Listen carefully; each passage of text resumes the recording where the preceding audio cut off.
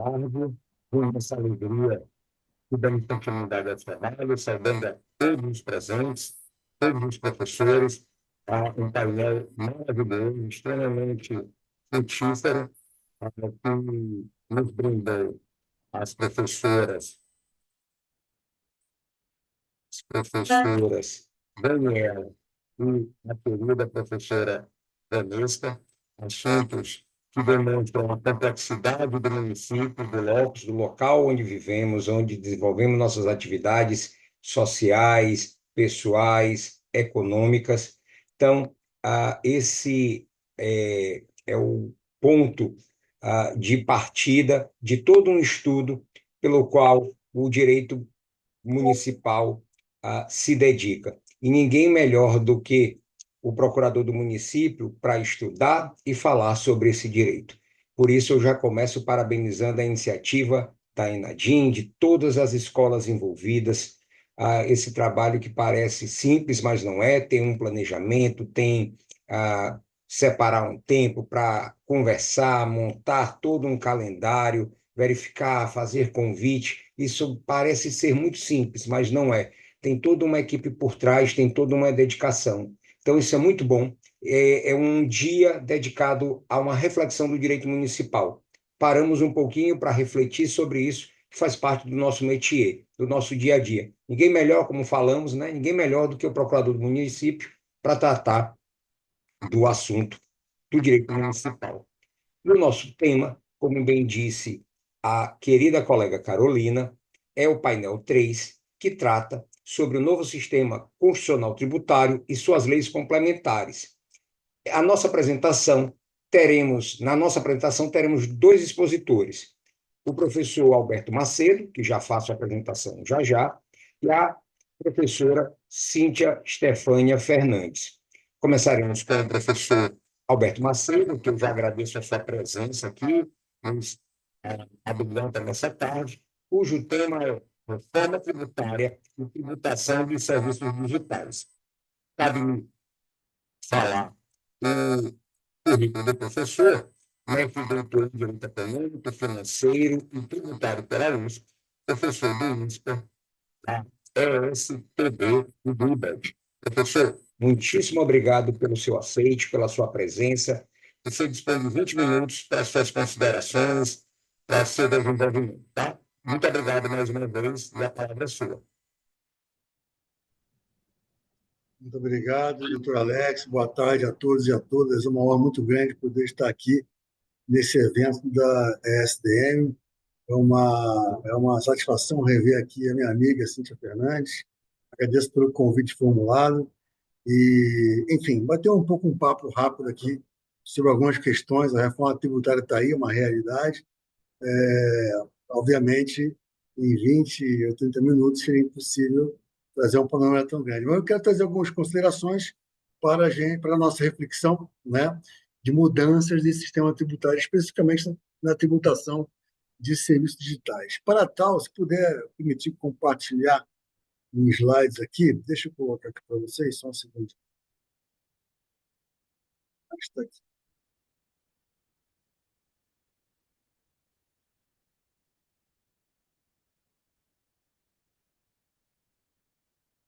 Ver se é esse aqui mesmo. Bom, isso aqui. Bom, acho que um ponto importante para a gente ter em mente, deixa eu só anotar aqui.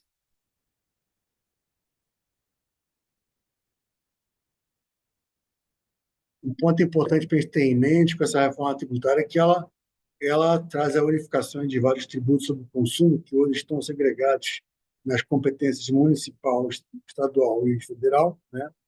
E em relação, vou focar em serviços aqui, em relação a serviços, um aspecto em relação a bens e serviços em geral, dado que o local da definição da incidência, da ocorrência do faturador é fundamental porque vai ser o local onde haverá para o qual haverá a distribuição da receita de IBS, Imposto sobre Bens e Serviços, o imposto de competência compartilhada entre estados e municípios. Então, o local do destino, né? O texto constitucional traz aí o local do destino como local da ocorrência do faturador, e a Lei Complementar 214 tem que detalhar isso melhor para dar mais objetividade e segurança jurídica.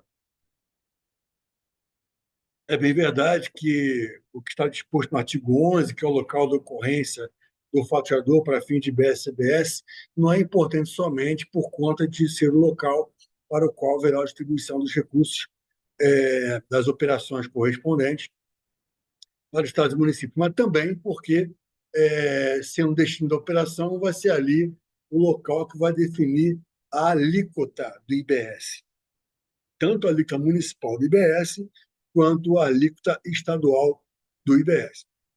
Então, por exemplo, se for um serviço cujo destino o consumidor estiver em Porto Alegre, né, vai se utilizar a alíquota municipal, a alíquota de Porto Alegre do IBS e a alíquota do Rio Grande do Sul de IBS, na parte estadual. Né?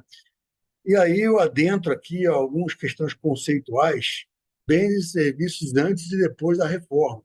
O artigo 156A da Constituição traz lá a incidência do IBS e também da CBS sobre operações com bens materiais e imateriais, inclusive direitos ou com serviços. Bom, antes da reforma, a gente tinha separação, quer dizer, tem ainda, né? Porque dois sistemas tributários em paralelo vão conviver por muitos anos ainda, né? Então, com o modelo de hoje, CMS, ISS, IPI, né? Onde em impostos, nós temos aqui na situação atual, antes da reforma, bens materiais, hoje denominados mercadorias, né? E serviços, sendo que os mercadorias, se fosse mercadoria tributada pelo ICMS, e os serviços previstos em lei complementar tributados pelo ISS. Há outros serviços que não estão previstos na lei complementar e não são tributados nem pelo ISS nem pelo ICMS. Exemplo, seção de direito autoral. Né? Então, esses serviços, no sentido de serviço como bem imaterial, é uma conceituação que é, por exemplo, aplicada há décadas no IVA, Imposto de Valor Adicionado Europeu, em que lá no artigo 12, perdão, no artigo 14 da Diretiva da União Europeia vai dizer que são tributáveis pelo IVA qualquer circulação de mercadoria, né? Bem tangível em que há transferência de titularidade. E no artigo 24 da mesma Diretiva da União Europeia vai dizer que serviços é tudo que não for mercadoria. Né? E esse foi o conceito adotado pelo Brasil, com a diferença de que tem que haver a previsão em lei complementar do serviço para este poder ser tributável pelo ISS. No modelo da reforma, muda um pouquinho essa conceituação. Nós continuamos a ter os bens materiais, agora sim, o nome bens materiais e não mais mercadorias, né? E os serviços com um campo semântico um pouquinho mais restrito que o atual. Por quê? Porque se cria um terceiro conceito, que é o de bens imateriais. Né? Então, enquanto a classificação dos bens tributáveis, bens no geral, né? Tanto materiais quanto imateriais, tributáveis na tributação do consumo, no modelo atual, é dicotômica, ou é bem ou é serviço, né? Ou é bem material ou é serviço, entendido como bem imaterial, no atual modelo de reforma, essa classificação passa a ser tricotômica, ou seja, bens materiais, serviços ou bens imateriais. Né? Então, vou só dar um exemplo concreto para vocês, já que falamos aqui de serviços digitais. A licença de software que os tribunais recentemente, a STF definiu como tributável pelo ISS, a licença de software hoje ela é serviço tributável pelo ISS. No modelo, a partir da reforma tributária, a licença de software não vai ser enquadrada como serviço, e sim como um bem imaterial. Por quê? Porque ela é uma seção de direito. E, nesse modelo da reforma, qualquer seção de direito é enquadrada como bem imaterial. Inclusive, o próprio texto constitucional fala bens imateriais, inclusive direitos. Né? Então, essa classificação nova é importante, uma ampliação de base também ocorre, e aí, tanto IBS, que é de competência compartilhada de estados e municípios, quanto CBS, que é de competência federal, tributarão bens materiais, serviços e bens imateriais. Ok?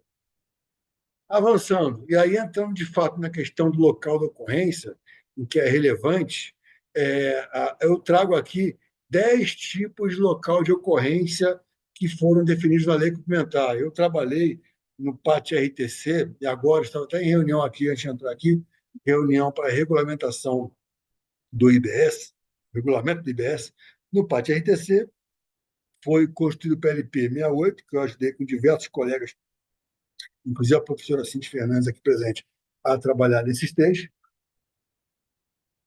e definimos a questão do local de ocorrência.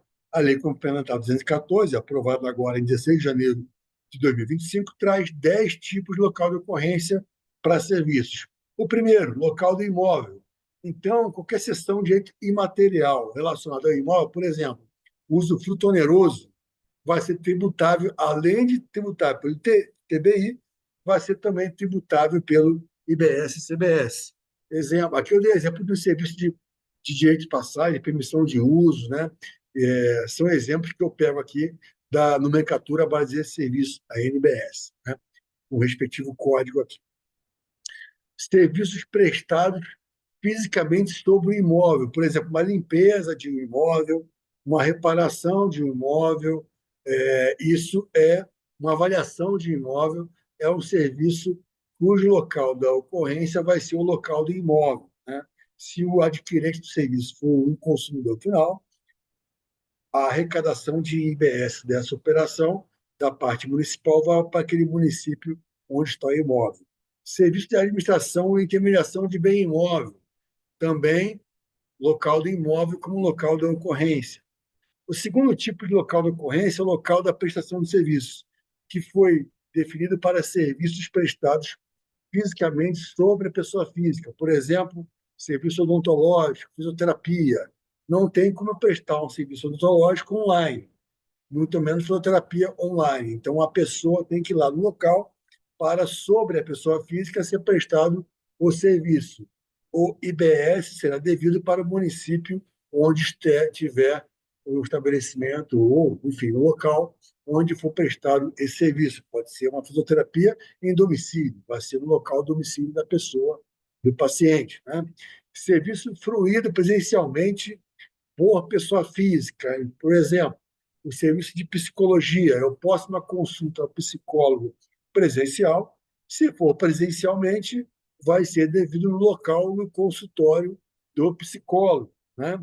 Serviço prestado fisicamente sobre o bem móvel material. Então, qualquer tipo de serviço de reparo de equipamento, a minha máquina lavar, ela enguiçou. Se um técnico vem na minha casa consertar a máquina, é devido o IBS dessa operação para onde eu estou localizado. Se eu levo a máquina para a oficina para consertar lá, vai ser devido, e ela foi em um município diferente, por exemplo, né? O IBS vai ser devido para aquele município onde está a oficina, onde foi levado o equipamento para ser consertado. Serviços portuários. Porque serviço portuário vai ser devido no local do porto, no município onde está o porto. Então, esse aqui é o segundo tipo de local de ocorrência do fato gerador. O terceiro tipo, local do evento. Então, temos aí qualquer atividade relacionada a show, espetáculo, congresso, eventos em geral, os serviços de planejamento, organização e a administração desses eventos em geral, né? O local do evento vai ser o local da ocorrência. Então, se tem um evento em Porto Alegre, a empresa que planeja o evento está em Caxias do Sul, o IBS vai ser devido não para Caxias do Sul, mas sim para Porto Alegre, se Porto Alegre for o local do consumo final. Aqui o caso é o local de consumo final, né? Local de transporte é o quarto tipo de local de ocorrência. Então, transporte de passageiros vai ser devido ao IBS para o local, o município onde está o início do transporte, né? E se for transporte de carga, aí é o contrário, é o local onde é entregue a carga. Por quê? Porque no transporte passageiro, muitas vezes eu não tenho controle de onde ele vai saltar do ônibus, por exemplo. Ao passo que a carga, eu sei onde ela vai ser entregue melhor do que o passageiro, né? O sexto, que tipo de local de ocorrência? O território de cada município e estado proporcionalmente à extensão da via explorada. Então, hoje, o ISS tributa, né, a exploração de rodovia, já é assim, e esse mecanismo de distribuição de receita também está sendo adotado para o IBS. Okay? O sétimo tipo de local de ocorrência, o local da instalação do terminal telefônico, né? Quando se está falando em telefonia fixa. Então, o local de instalação do terminal vai ser o local, se for para consumidor final, vai ser o local para o qual vai ser distribuída a receita, o município e o estado correspondente. O oitavo critério de local de ocorrência, e aí, tanto para serviço de telefonia fixa quanto para os demais serviços que não foram elencados anteriormente, se a empresa, se o adquirente, ele fazer as aquisições, pagar de forma centralizada, se ele estiver no regime regular. O que é o regime regular? O regime normal de IVA, de débito e crédito. Né?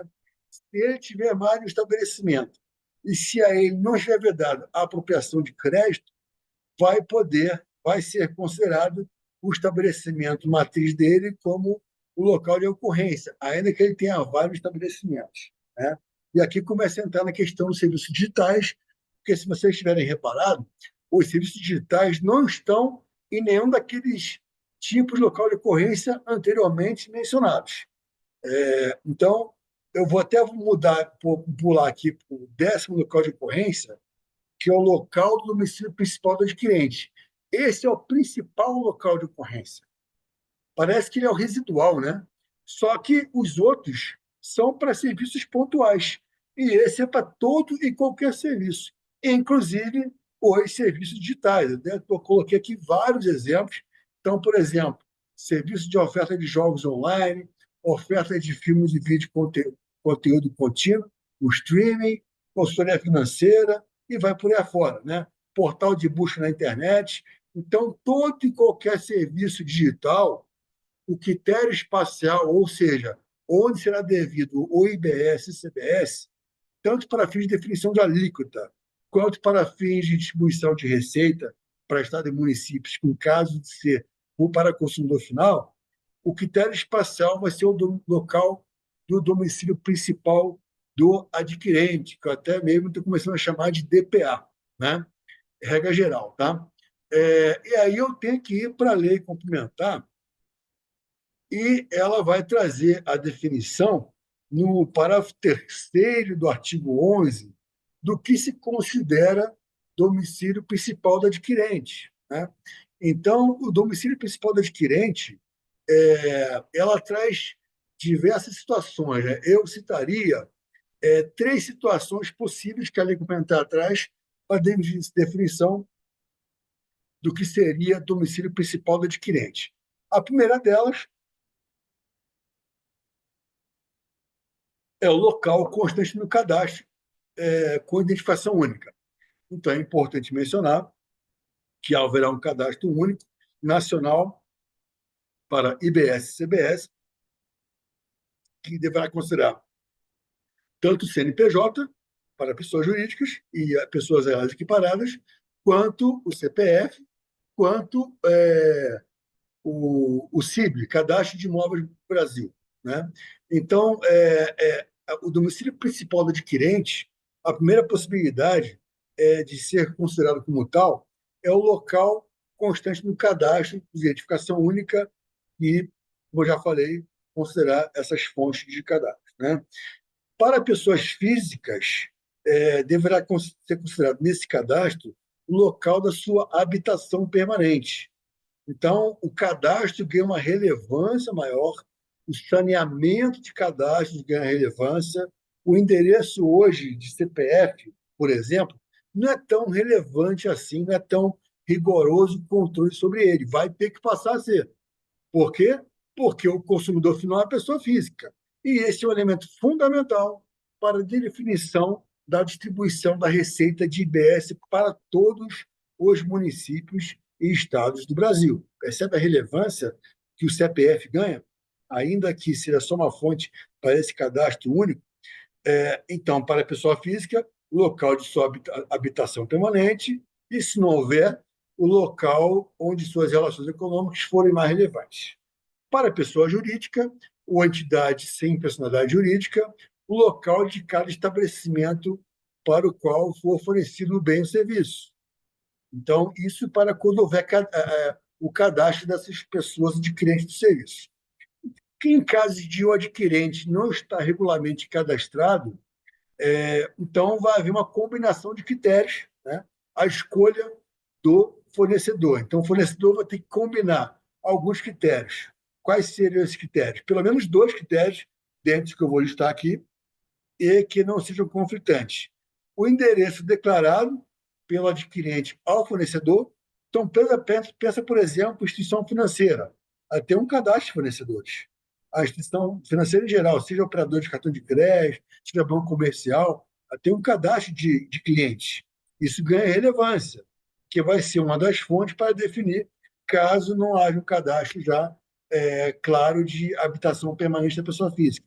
Além do endereço declarado ao fornecedor, o endereço obtido mediante coleta de informações comercialmente relevantes, ou o endereço do adquirente constante no cadastro do arranjo de pagamento, utilizado para pagar a operação, ou o endereço de um protocolo de internet, o IP, de dispositivo utilizado para a contratação. Então, esses quatro elementos aqui, o fornecedor, à sua escolha, vai ter que escolher pelo menos dois para ele definir qual, no entendimento dele, qual vai ser o adquirente do serviço, estou falando aqui agora, de serviço digital, caso a habitação permanente não esteja clara no cadastro, quando eu falo de pessoa física. Né?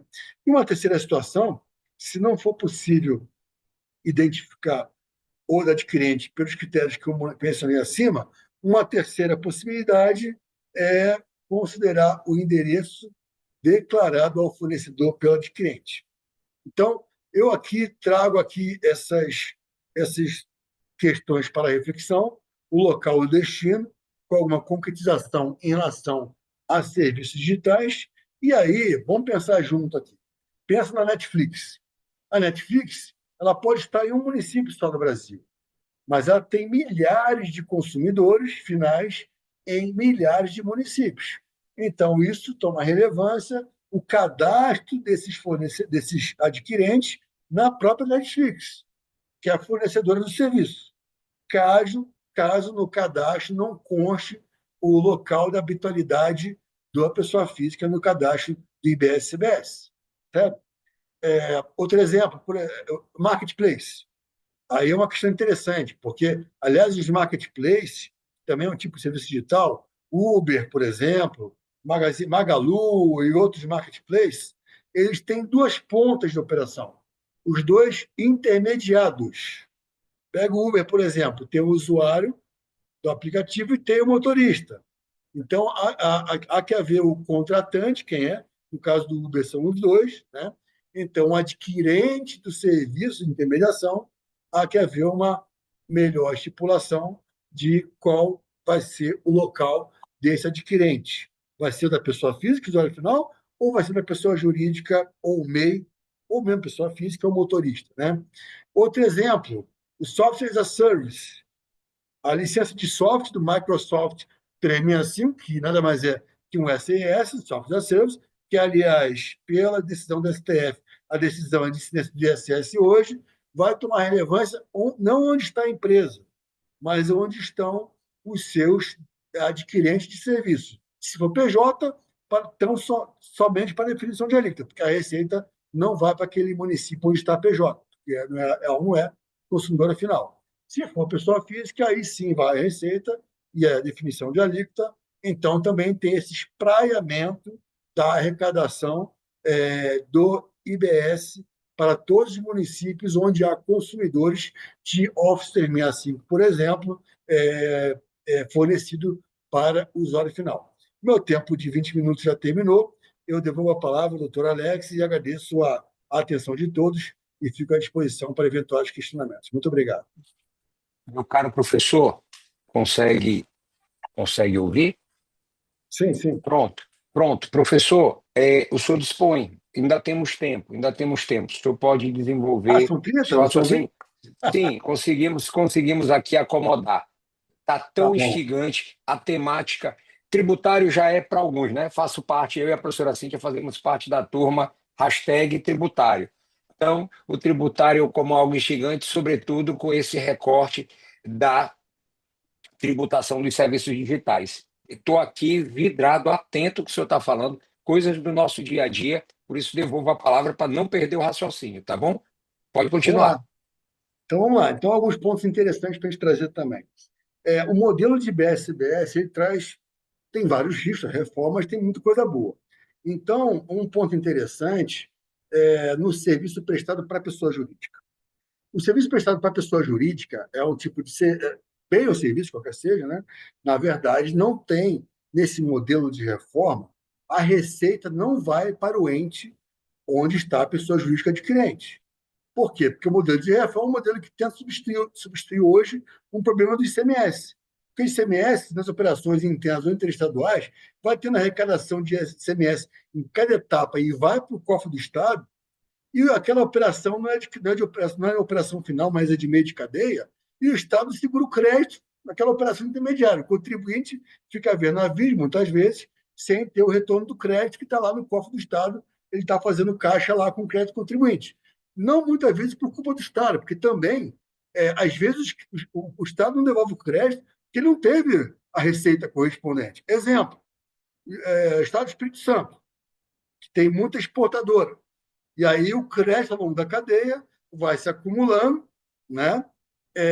E o Espírito Santo, onde está a empresa exportadora, ele vai exportar, é imune, não tem incidência de ICMS, aí ele tem que não só não tributar, mas devolver o crédito para operações anteriores. Mas ele não viu a cor desse dinheiro.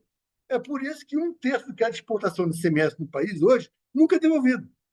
Então, o modelo de reforma procura acabar com esse problema. De que forma? Não indo a receita de IBS, ou CBS, nas operações de meio de cadeia para os entes. Não tem. A receita vai para onde? Vai para o comitê gestor, no caso de IBS. E vai para uma conta da União, no caso CBS, mais uma conta separadinha lá. Por quê? Porque aquele dinheiro, se é de operação de meio de cadeia, não é do ente. É crédito do contribuinte, que ele vai usar não só para abater no período de apuração, para abater os débitos levantados em período de apuração, então tem débito menos crédito, mas às vezes sobra crédito. Então, esse crédito que sobrar, de repente, aquele período de apuração tem menos débito e mais crédito. Ele pode fazer o seguinte: ou ele pede restituição no comitê gestor, que tem que devolver num prazo X lá, ou ele pode aguardar esse saldo que deu para usar no período de apuração seguinte. Ok? Então, esse modelo de reforma acaba com os problemas que o ICMS gerou hoje. Né? E aí, eu falei da pessoa jurídica adquirente, por quê? Porque é um avanço muito grande. Eu cheguei a comentar, não comentei, vou comentar agora. A possibilidade, não, a determinação legal, artigo 42 da Lei Complementar 214, de que a apuração ela vai ser unificada.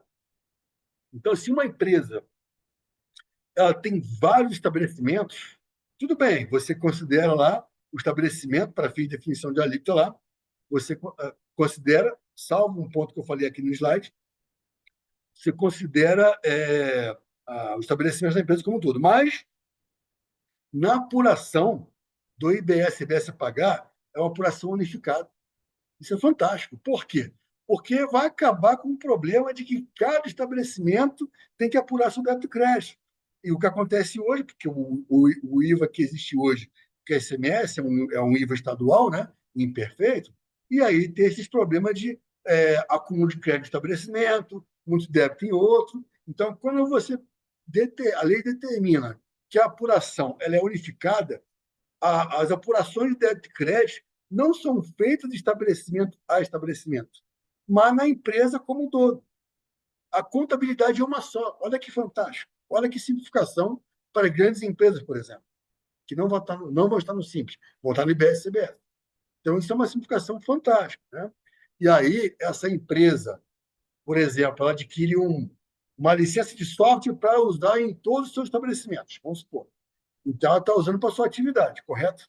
Não é para consumo final. Então, não é para essa aquisição, não haverá distribuição de receita de IBS para estados e municípios por essa aquisição. Por quê? Porque é uma aquisição de serviço por uma pessoa jurídica que vai usar esse serviço adquirido na sua atividade. Aliás, serviço não, bem imaterial, né? Já corrigindo, adaptando para o novo modelo. Né? Esse bem imaterial que é a licença de software que ela está adquirindo para todos os seus estabelecimentos. Então, não haverá distribuição de receita dessas operações que são do bem imaterial.